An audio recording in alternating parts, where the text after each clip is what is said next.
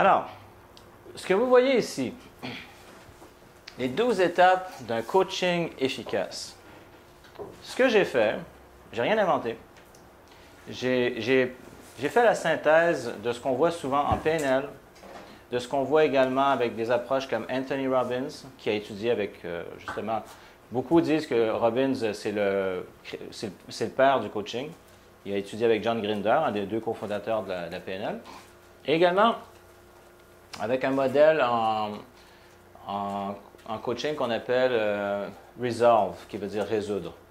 Donc, j'ai pris finalement les éléments, parce que Robbins, par exemple, lui, c'est les 7 étapes pour créer un changement durable.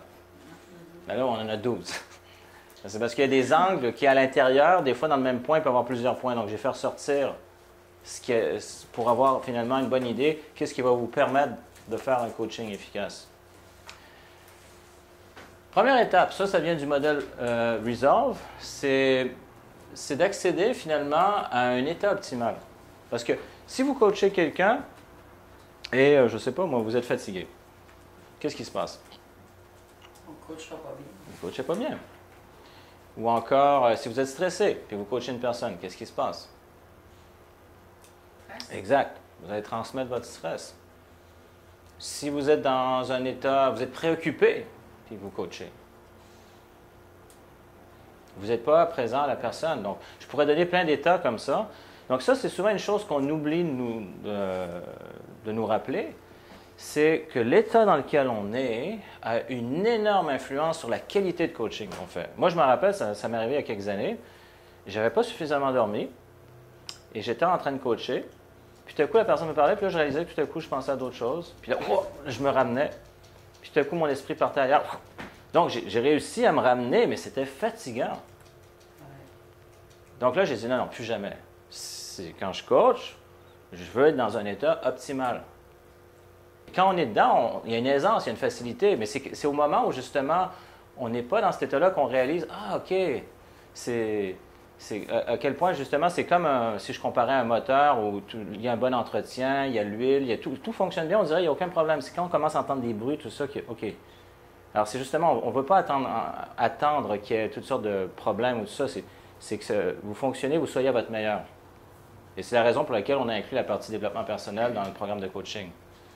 Donc, c'est de vous assurer d'être dans un bon état. Donc, je veux dire, bien manger, bien dormir, faire de l'exercice. Souvent, avant de coacher, ce que je fais, je vais au gym. Donc, après, je suis oxygéné, j'ai éliminé les toxines, je suis shooté aux endorphines. Donc, très, très présent aux gens qui sont là. Puis, je peux faire plusieurs heures comme ça, sans aucun problème. Donc, c'est de se mettre dans un état optimal. Ça, on ne me l'a pas enseigné en PNL. C'est plus des aspects que j'ai appris avec Robbins ou même avec Michael Hall, avec Resolve. L'autre aspect, c'est la notion de rapport. Donc, s'il y a un mot-clé ici, c'est vraiment la notion du rapport qu'on entend souvent en PNL. Donc, c'est de créer ce rapport avec la personne. Donc, il y a plusieurs manières de le faire. On va l'apprendre, vous allez le voir dans les vidéos. Mais c'est de créer ce lien de confiance. Donc, déjà, d'être accueillant, de vous intéresser à la personne sincèrement, ça va créer ce rapport. Mais on va voir toutes les stratégies par rapport à ça, les techniques de synchronisation et tout. Mais c'est vraiment d'avoir... Si je devais dire un mot-clé, on pourrait dire différentes choses, mais c'est de s'intéresser à cette personne. Si on le prend sous l'angle des questions, c'est qui est cette personne? J'ai envie de la connaître. Je veux découvrir son monde. Juste en se posant cette question, c'est que toutes vos facultés conscientes et inconscientes vont, je dirais, se mobiliser pour justement créer ce rapport. Après, il y a plein d'autres techniques qu'on pourra voir. Ensuite, c'est la notion de formuler le résultat désiré. Vous vous rappelez, tout à l'heure, j'ai parlé d'état présent, état désiré.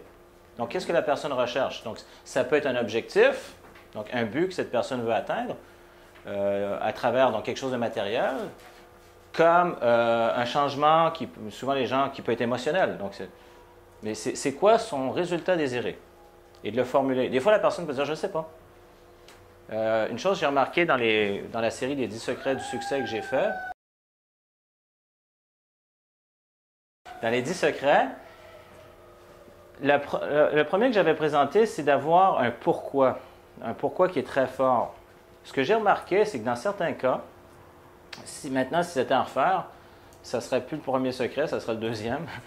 c'est que beaucoup de gens vont dire « Je ne sais pas ce que je veux. » Ah, donc c'est déjà d'identifier ça avant d'arriver à avoir un pourquoi. La personne qui va dire « C'est ça que je veux. » Puis ça, pourquoi c'est important pour moi? Pour telle raison. Mais des fois, les gens ne sont pas connectés avec eux-mêmes, ils ne sont même pas capables d'arriver là. Donc, ce qui peut nous sembler évident, pour d'autres personnes, ne l'est pas évident. Donc, c'est de revenir à cette étape-là de qu'est-ce que je veux? Et après, une fois qu'on sait ce qu'on veut, bien, pourquoi on le veut? Là, ça vient chercher les forces de motivation, là, on rentre dans d'autres choses. Mais de faciliter ça chez les gens. Vous avez vu, des fois, dans certains cas, pour vous-même ou avec d'autres personnes que vous avez l'occasion de coacher, des fois, ce n'est pas si clair. Donc, vous permettez de clarifier ça. Puis plus c'est clair, plus ça devient facile à atteindre. Si c'est flou, on ne sait même pas si un jour on va l'atteindre parce qu'on ne l'a même pas formulé dans notre propre esprit. Comme quelqu'un dire ouais, je veux devenir riche. OK. Tu veux faire combien? Ben, je sais pas, là, riche. Hein? Oui, mais as-tu un chiffre? Puis donc là, je ne fais pas du super coaching, mais je fais juste Mais la personne, finalement, elle arrive à un montant puis qui va lui permettre d'avoir une indépendance financière, tout ça. OK, là, ça devient plus précis. Mais si c'est juste comme être riche, heureux, je vais être heureux. C'est un résultat, mais très flou. Bon, alors souvent, les gens vont mélanger, ils vont penser qu'heureux, c'est l'objectif, mais ça va être la résultante. Mais OK, mais comment tu vas savoir que tu vas être heureux? Ben, je serai heureux quand... je ne sais pas, quand je vais me sentir calme, quand je vais sentir que je suis en harmonie avec les gens autour de moi, quand je vais... Puis là, la personne, OK, là, on a des indicateurs qui vont nous permettre de savoir quand tu auras atteint ton but, sinon on ne va jamais savoir. Ça peut être comme quelqu'un qui va vers l'horizon. Il y a toujours l'horizon, puis il y a toujours l'horizon, puis la personne n'aura jamais atteint l'horizon parce qu'il va toujours avoir un horizon. Vous me suivez? Donc, c'est cette notion de formuler le résultat désiré. Ensuite... Excuse-moi. Oui. Quand tu dis formuler, c'est nous, on le formule ou c'est la personne qui doit le formuler? Donc, nous, on facilite le processus. Nous sommes des facilitateurs. Okay.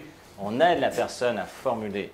Ça se peut qu'elle sache, c'est clair, puis ça se peut qu'elle ait besoin justement d'aide, d'accompagnement pour bien énoncer. Donc, et même, on va le voir en PNL, il y a le cadre objectif qui a plusieurs angles donc, qui vont être couverts pour faciliter même l'atteinte de l'objectif. Il y a quelqu'un qui va dire, des fois, c'est pas assez précis, comme je veux être riche, donc préciser dans le temps. Il y a plusieurs règles qu'on va voir. Donc ça, c'est notre travail. On n'a pas un objectif pour elle, mais on lui permet de préciser, puis même tous les autres aspects qu'on verra au niveau de l'objectif. Identifier le modèle du monde. Donc, ce qu'on avait vu au niveau de la structure de la subjectivité.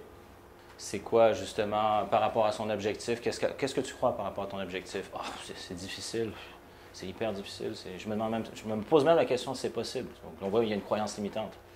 Après, on peut arriver avec des questions. Est-ce que tu connais des gens qui ont déjà fait ça? Oui, j'en connais. Et toi, qu'est-ce qui est différent? Bon, on arrive à d'autres questions. Fait qu'on identifie le modèle du monde. Déjà en bonne partie, moi, la manière que je fonctionne, puis je vous conseille de faire de même, c'est d'avoir des questionnaires que les gens puissent remplir. Donc, vous gagnez du temps. Les gens vont remplir le questionnaire. Quand vous allez les rencontrer, vous avez déjà une bonne idée de la réalité de cette personne, autant dans sa vie externe que dans sa vie intérieure. Et après, ça va vous donner l'occasion, à partir de cette base, de pouvoir préciser c'est quoi la structure de sa subjectivité spécifiquement par rapport aux résultats qu'elle veut. Parce qu'on pourrait passer des jours, des semaines pour découvrir la subjectivité d'une personne. Il y a un monde intérieur incroyable. Mais là, on va avoir des grandes lignes, puis après, on peut préciser par rapport au changement que la personne veut faire. Ensuite, et ça, c'est une chose qu'on va revoir. Je vous donne des grandes lignes, mais déjà, ça vous donne un canevas. Ça va identifier la cause, ou, comme dirait Robbins, la source de son schéma limitant. Évidemment, parce que c'est limitant, si ça bloque, parce que la personne vient nous voir, c'est pas parce que ça va. Je veux dire, tout va bien. Ça se peut que ça aille déjà bien, puis un veuille, c'est encore mieux. Mais comment on peut. Mais on veut voir le schéma. C'est quoi, qu'est-ce qui se passe? Donc, Le terme, en PNL, on utilise généralement le terme, il y a les symptômes et les causes. Alors, je le vois quand je travaille avec des gens en naturopathie, en massothérapie, dans différents domaines, c'est très facile de se laisser distraire par les symptômes. Puis là, on veut régler les symptômes. Et pendant qu'on fait ça, admettons la personne, je vais arrêter de fumer. OK, parfait, je vais t'aider à arrêter de fumer. Puis on a réglé le problème. Puis ce qu'on apprend quelques semaines plus tard, ou quelques mois, la personne s'est mise à manger plus. Donc elle a arrêté de fumer, mais elle mange plus. Donc le problème s'est déplacé. On n'a pas été à la cause ou à la source. Je vais vous faire une petite distinction entre les deux après. Mais on a réglé un symptôme et cette manière de faire comblait un besoin. Mais là, après, il y a eu un vide, donc la personne l'a comblé d'une autre manière. Des fois, soit qu'elle recommence à fumer ou elle trouve une autre stratégie. Mais ça peut être aussi, moi je l'ai vu, si les gens prennent une vraie décision d'arrêter de fumer, ils peuvent, justement, heureusement, on peut le combler d'une autre manière. Il y en a qui vont se mettre à faire du sport, il y en a qui vont faire des activités qu'ils aiment. Ça les comble. Et donc, admettons qu'ils avaient besoin d'une satisfaction dans leur vie, ou même, par exemple, quelque chose aussi simple que respirer. Les gens sont stressés. Puis plus on est stressé, plus la respiration monte. Puis à un moment donné, ça donnait même une respiration claviculaire. Fait que là, ils ne respirent plus. Puis tout à coup, il y a des moments dans la journée où ils sortent, par exemple, du bureau, prennent une cigarette, puis... Qu'est-ce qui se passe?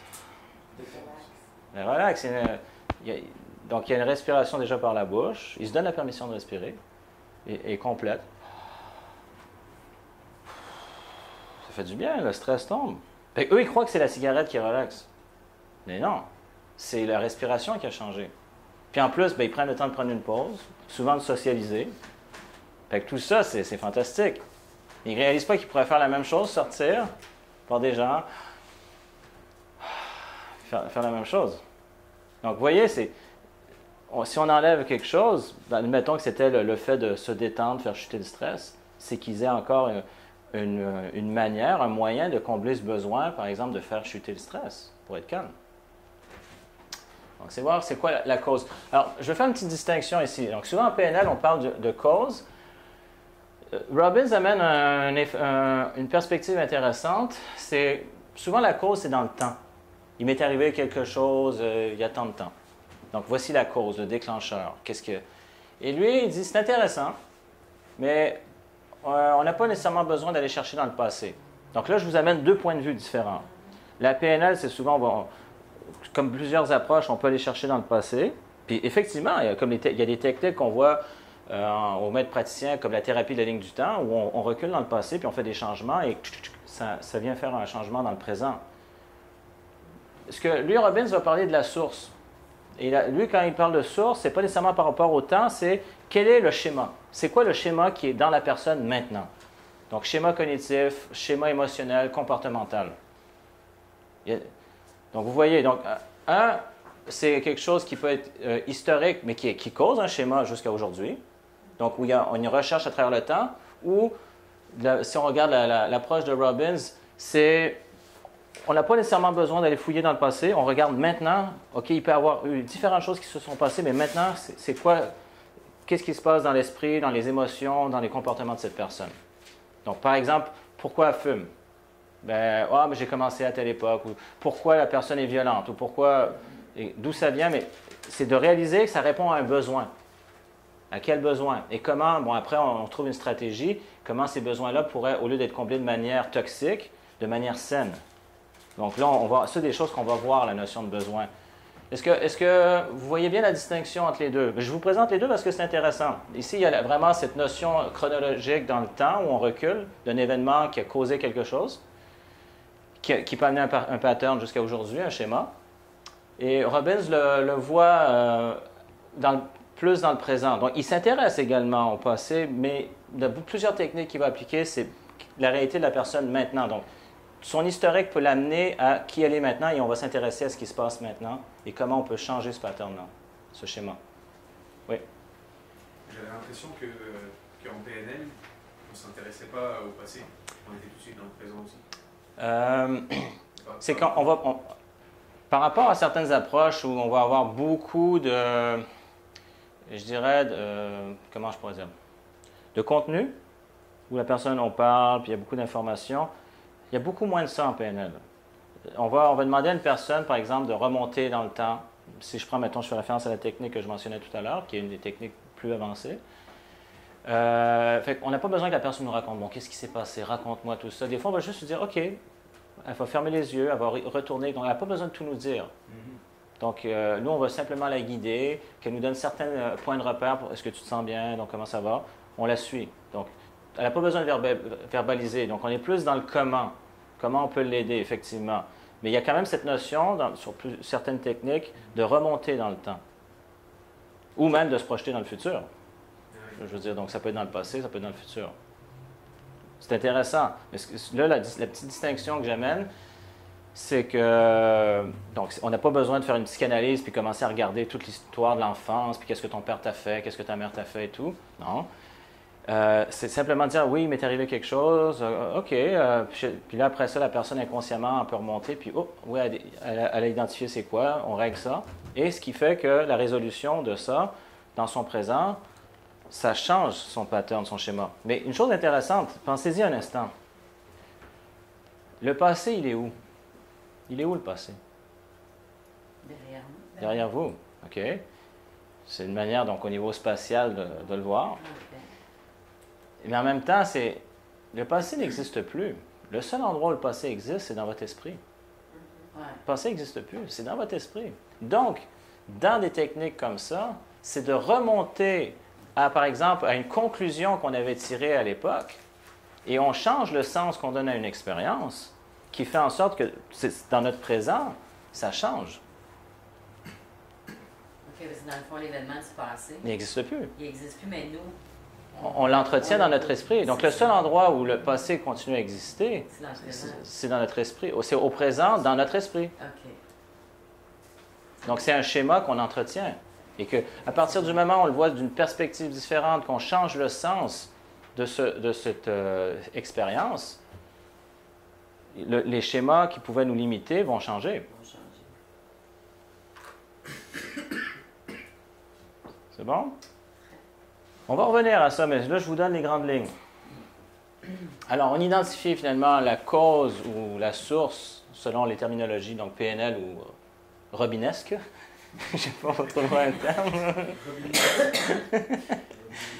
Versus les symptômes.